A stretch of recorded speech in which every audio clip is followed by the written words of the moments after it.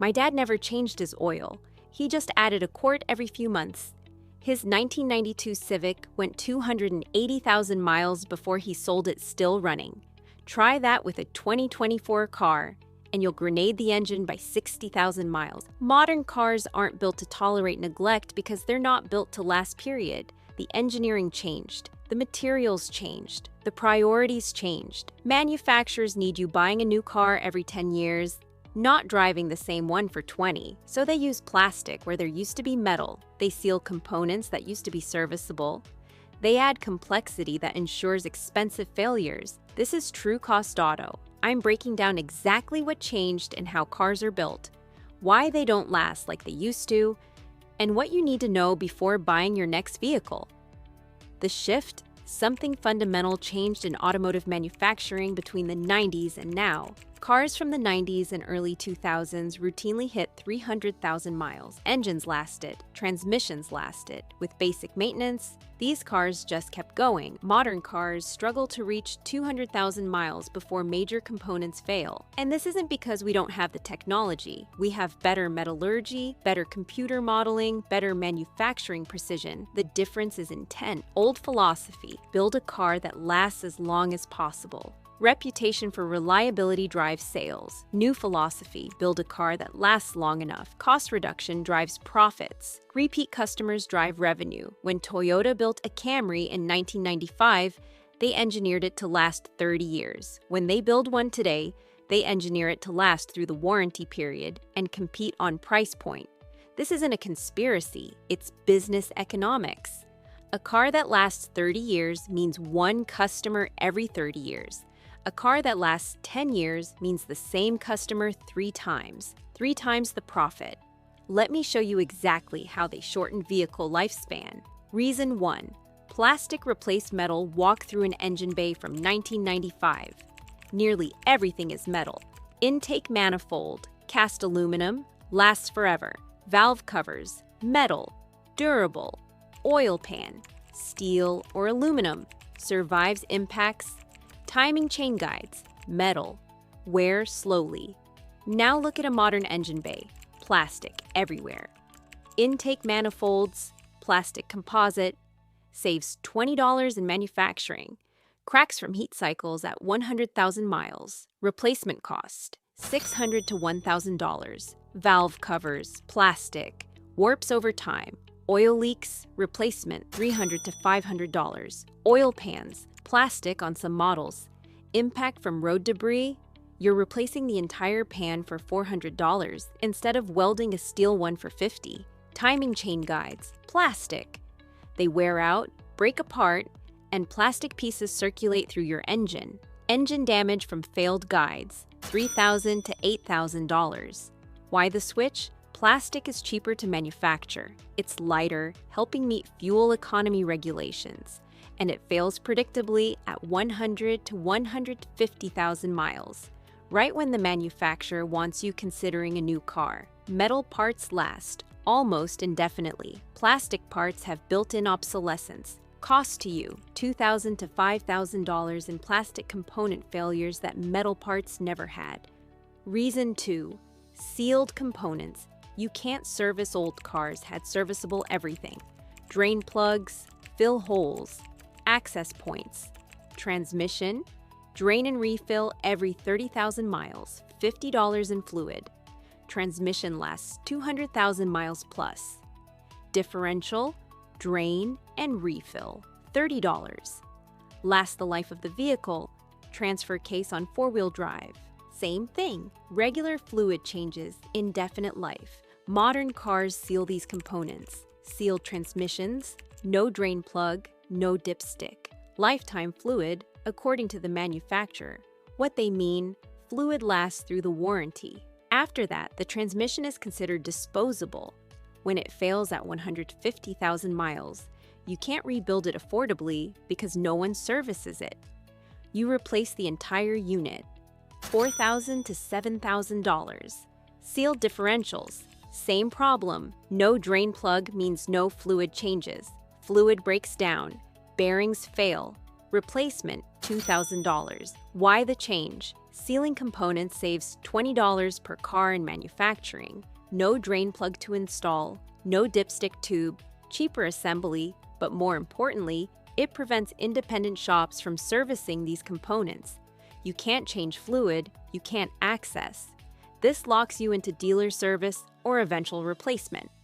Cost to you, $6,000 replacing components that could have lasted with $50 fluid changes. Reason 3. Turbochargers and CVT transmissions. Old naturally aspirated engines and traditional transmissions lasted 300,000 miles easily. Modern turbocharged engines, turbos typically fail between 100 and 150,000 miles. Replacement, $2,000 to $4,000. Modern CVT transmissions, average failure point 100 to 150,000 miles. Replacement, $4,000 to $6,000. These aren't design flaws. They're design choices. Engineers know exactly how to build turbos and CVTs that last longer. Racing applications prove it. Industrial applications prove it. But automotive manufacturers choose not to because longer-lasting components cost more to manufacture. A turbo that lasts 300,000 miles costs $60 more to build. Multiply by 1 million cars. That's $60 million in manufacturing costs the company doesn't want to spend. A CVT designed for longevity requires better belts and more robust fluid cooling. That costs $40 per transmission. They save $40 per car by engineering it to last just long enough. Why turbos and CVTs at all? Fuel economy regulations. A 2-liter turbo gets better EPA numbers than a 3-liter naturally aspirated engine. A CVT beats a traditional automatic in testing, but the real-world durability trade-off, that's your problem, not theirs. By the time these components fail, you're past warranty and they've made their sale. Cost to you, $6,000 replacing turbo and CVT that old-style components never needed. Reason 4. Thinner metals and cheaper castings. Old engine blocks and heads use thick cast iron or aluminum with generous material. This made them heavy but incredibly durable. You could bore them out multiple times. They tolerated heat stress, they lasted. Modern blocks use thinner castings to save weight and cost. The GM crankshaft failures are a perfect example. General Motors switched to zero W20 oil to meet fuel economy standards. Thinner oil provides less protection. Their crankshafts started breaking because the castings weren't robust enough for the reduced lubrication. They had to switch to 5W20 oil to reduce failures, but the underlying problem remains. The crankshafts are cast thinner to save manufacturing cost. This isn't isolated to GM. Across the industry, engine components use less material. Cylinder walls are thinner, pistons are lighter, connecting rods are smaller. This saves weight and reduces manufacturing cost. But it also means engines tolerate less stress and have smaller safety margins. An old Civic engine could handle abuse. Miss an oil change, it'll complain but survive. A modern turbocharged engine with thin castings, miss an oil change and you're risking catastrophic failure. The tolerances are so tight and the materials so minimal that there's no forgiveness. Cost to you, $3,000 to $8,000 for engine repairs or replacement because components lack durability margins. Reason 5. Electronic complexity ensures dealer dependency.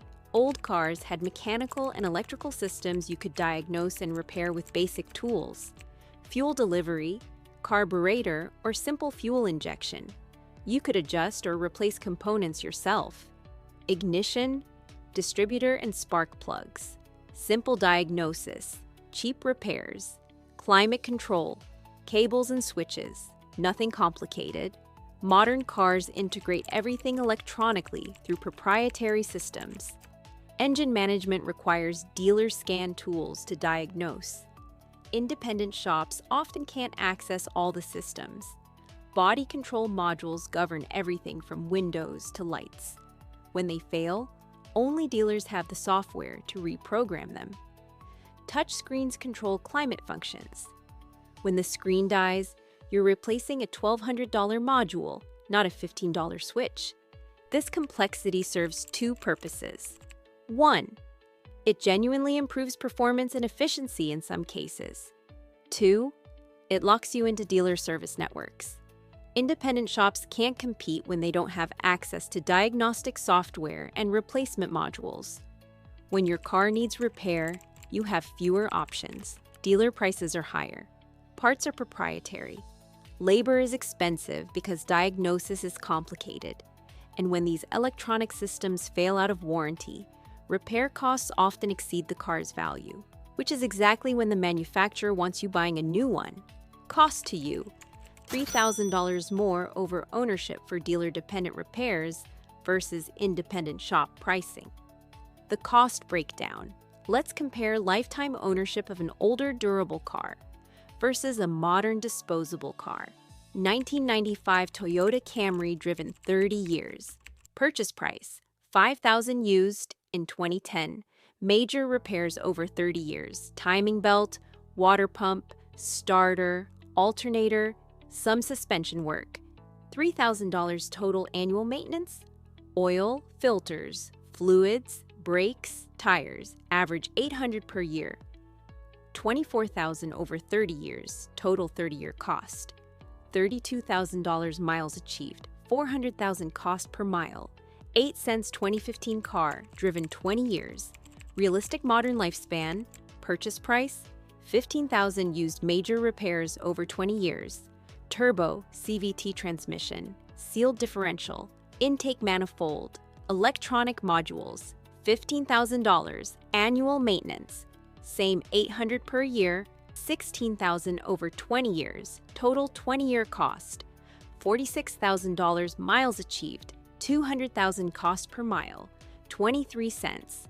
To go the same 400,000 miles with modern cars, you'd need to buy 2 of them.